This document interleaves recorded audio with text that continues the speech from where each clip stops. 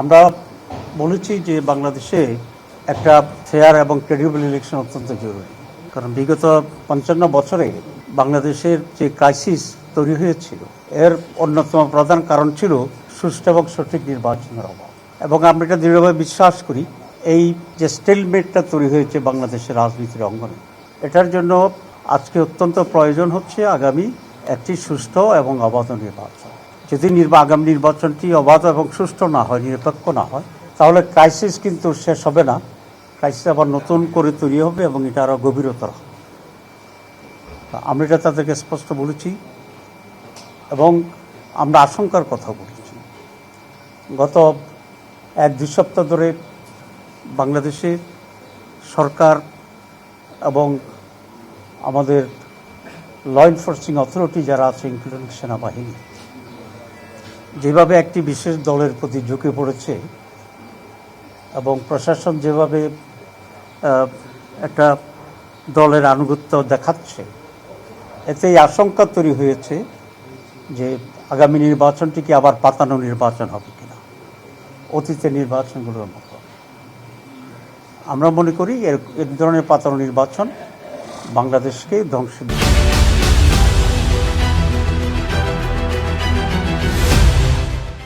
দিকে নিয়ে যাবে।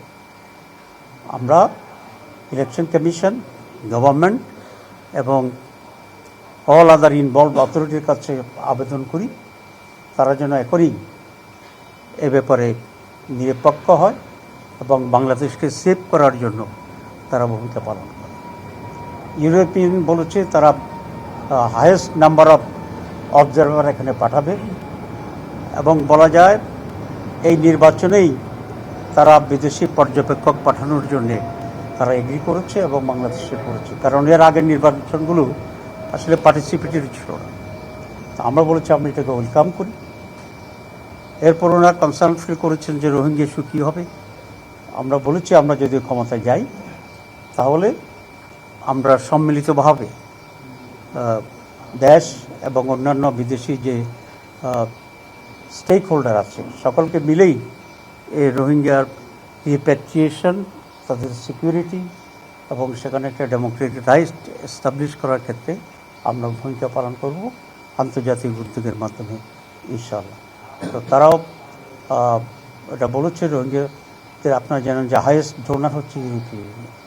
তারা বলেছে এক্ষেত্রে তারা অত্যন্ত অ্যাক্টিভলি এটার সলিউশনের জন্য তারা ভূমিকা পালন করবে এবং তারা এটা আশা করেছে যে বাংলাদেশ আগামী নির্বাচনটি সুষ্ঠু হবে। এবং জামাত ইসলামীর পক্ষ থেকে আমরা তাদেরকে আশ্বস্ত করেছি যে নির্বাচন সুষ্ঠু এবং অবাধ হওয়ার জন্যে যা কিছু করার প্রয়োজন জামাত ইসলামী সেটা করবে এবং সহযোগিতা করবে। সবাইকে ধন্যবাদ।